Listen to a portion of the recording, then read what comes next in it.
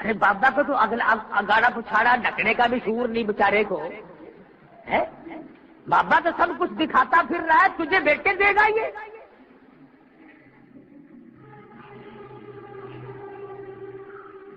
اور پھر ہمیں کہتے ہیں کہ ولیوں کو نہیں مانتے. او ولیوں کو منوا، ننگوں کو تو نہ منوا. کون کہتا ولیوں کو نہیں مانتا؟ میں ایسے ولیوں کو مانتا ہوں. میں مکہ مکرمہ گیا، اللہ سب کو زیارت نصیب فرمائے. نیک آدمی، متقی پرہیزگار آدمی جس سے میری ملاقات ہوئی، عالم تھا، محدث تھا، ولی اللہ تھا. اور اگلی بات بتاؤں، ناراض تو ہوگے تھوڑے سے، وہ آدمی تھا 14 اگست کو جس دن ہمارے پاکستان کا جھنڈا گڑا، اسی دن پاکستان چھوڑ کے چلا گیا تھا. کیا بھی یہاں خیر نہیں. مولانا خیر محمد صاحب فل حمزہ والے باولپور کے تھے، حدیث شریف پڑھایا کرتے تھے. سارا دن گیہوں کاٹتے، خود اپنے ہاتھوں سے گاہ گہاتے اور طالب علموں کو حدیث پڑھایا کرتے تھے. انہوں نے بتایا کہ میں نے خواب دیکھا بیت اللہ کا طواف ہو رہا ہے، خلیل اللہ طواف کر رہے ہیں، کلیم اللہ طواف کر رہے ہیں، ذبیح اللہ طواف کر رہے ہیں، نوح نجی اللہ طواف کر رہے ہیں، آدم صفی اللہ ہے، یعقوب علیہ السلام ہے، یوسف علیہ السلام ہے، ایوب علیہ السلام ہے. انبیاء کرام کی جماعت بیت اللہ کا طواف کر رہی ہے اور پیچھے پیچھے عطا اللہ شاہ بخاری چل رہا ہے. طواف میں انبیاء کے ساتھ چل رہا ہے. تو فرماتے تھے کہ میں نے پوچھا شاہ جی یہ مرتبہ کیسے ملا، انبیاء کے ساتھ بیت اللہ کا طواف؟ فرمانے لگے بس اللہ نے یوں کریمی فرما دی کہ عطا اللہ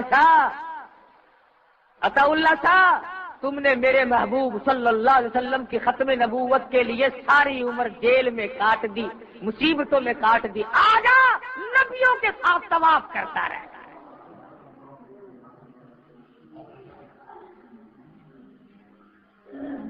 تو کئی لوگ ہم ولیوں ہمارے ولی یہ ہیں جو نماز نہ چھوڑیں، جو اللہ کا قرآن نہ چھوڑیں، جو نبی صلی اللہ علیہ وسلم کا دامن نہ چھوڑیں. ہمارے ولی وہ ہیں. ننگوں کو ہم ولی نہیں مانتے. ہمیں وہابی کو، دیوبندی کو، کچھ بھی کہو، ہم ننگے کو اور مشکل کشا تو اور کچھ لینے دینے والا تو ہم نبی کو بھی نہیں مانتے. صرف ایک اللہ کی ذات ہے. دعا آپ کریں، دعا میں کروں، دعا مدنی کریم صلی اللہ علیہ وسلم نے فرمائی، دعا حسین نے فرمائی، دعا علی مرتضیٰ نے کی، سب نے اللہ سے مانگا، تو بھی اللہ سے مانگا. یہ تھا میری معروضات کا آخری حاصل. خدا بند کریم نے دنیا میں ہمیں اس لیے نہیں بھیجا کہ ہم رلم پلم چلتے رہیں، بلکہ عبادت، دین کا مفہوم 2-3 جملوں میں بتاؤں. عبادت خدا کی، اطاعت مصطفیٰ کی، خدمت مخلوق خدا کی، یہ ہے دین کا حق. عبادت خدا کی کر، بدنی عبادت ہو یا مالی عبادت ہو، نظریاتی عبادت ہو یا پیسے کی عبادت ہو، کچھ بھی ہو، اللہ کی عبادت کر. اطاعت مصطفیٰ کی ہوگی. خدا کے بعد خدا کوئی نہیں، مصطفیٰ کے بعد مصطفیٰ کوئی نہیں. قیامت تک اور بعد میں بھی خدا کی خدائی جب تک ہے، میرے آقا مولا حضرت محمد الرسول اللہ صلی اللہ علیہ وسلم کی مصطفائی بھی باقی ہے. وہ خدائی میں وحدہ لا شریک ہے، یہ مصطفائی میں وحدہ لا شریک ہے. اس کا ثانی کوئی نہیں، اس کا ثانی کوئی نہیں. بتانا یہ چاہتا تھا کہ امت جس راستے پہ چلی ہے خدا خیر کرے. 10 محرم کو تو وہ جلوس نکالتے تھے سیدنا حسین کا، اور 12 ربیع الاول کو 5-4 برس سے، بلکہ زیادہ زور 2 سال سے ہوا ہے. میں لاہور تھا، لاہور میں خانہ کعبہ بنایا، بت بنائے، اس کے چاروں طرف بت گھوم رہے ہیں، بت گھوم رہے ہیں. تیرے نبی نے بت توڑے تھے، امتی بن کے بت بناتا، تجھے شرم نہیں آتی؟ 360 بت بیت اللہ سے نکال کر باہر پھینکے. خلیل اللہ نے بت توڑے، حبیب اللہ نے بت توڑے، حسین نے بتوں کو توڑ کر سارا خاندان تو دے دیا، مگر دین پہ آنچ نہ لے. اور پھر عورتوں کو کیا چاہیے؟ سارے شہر کی عورتیں نکل کے آئی دیکھنے کے لیے، چلو بیت اللہ دیکھ کے آئیں. عورتیں بیچاری عقل مند تو ہوتی نہیں، سمجھدار تو اتنی ہے نہیں. ہم چڑھنے لگے غارے اور پہ تو درمیان میں عورتیں بیٹھی چڑھتی چڑھتی تھک گئی بچاری. ایک کہنے لگی سونے نبی تینوں کی پئی سی جو پہاڑا تے چڑھ بیٹھا سانو بھی تنگ کر گیا. خدا کی قسم اپنے کانوں سے لفظ سنے میں نے, تینوں کی پئی سی جو پہاڑا تے چڑھ بیٹھا. دوسری کہنے لگی ایویں نہیں آکھیدا ہوندا, وہ آپ تھوڑے آئے سی لکن آئے سی کافر مار دے سن. باگو عورت کہندی ہے پھٹے منہ انہاں نوں مارن والا کون جمیا سی, آپ ہی فیصلے سے آپ ہی مقدمے آپ ہی چکا لے. عقیدہ دے. اور میں نے اپنے کانوں سے سنا بیت اللہ کا طواف کرتے ہوئے باوضو ممبر پہ بیٹھا ہوں, عورتیں آپس میں کہتی ہیں بیت اللہ کو ہے نہیں ہی کوٹے کے وچ اللہ سائیں کی قبر ہے, اللہ جل حاضر ناظر. اتنا بھی پتہ نہیں کہ اللہ کی بھی قبر بنتی ہے کہ نہیں, تو بتائیے اور کیا ان کے عقیدے ہوں گے, کیا ان کا عمل ہوگا. پھر اس کعبے کو دیکھنے آتی ہیں جلوس میں شریک ہونے کے لیے, بیچ میں دبڑک دبڑک ہوتی ہے, دونوں طرف عورتیں چلتی ہیں. یہ تمام رسمیں یہودیوں کی ہیں, یہ ساری رسمیں عیسائیوں کی ہیں. نبی کے دربار میں شرمندہ ہونے سے بچو, اللہ کے دربار میں شرمندہ ہونے سے بچو. آگے ہی ہمارے پلے کچھ نہیں ہے, اگر بالکل ننگے ہو کے مرے تو کیا ہاتھ آئے گا. اللہ پاک مجھے اور آپ کو عمل کی توفیق عطا فرمائے. وآخر دعوانا ان الحمدللہ رب العالمین.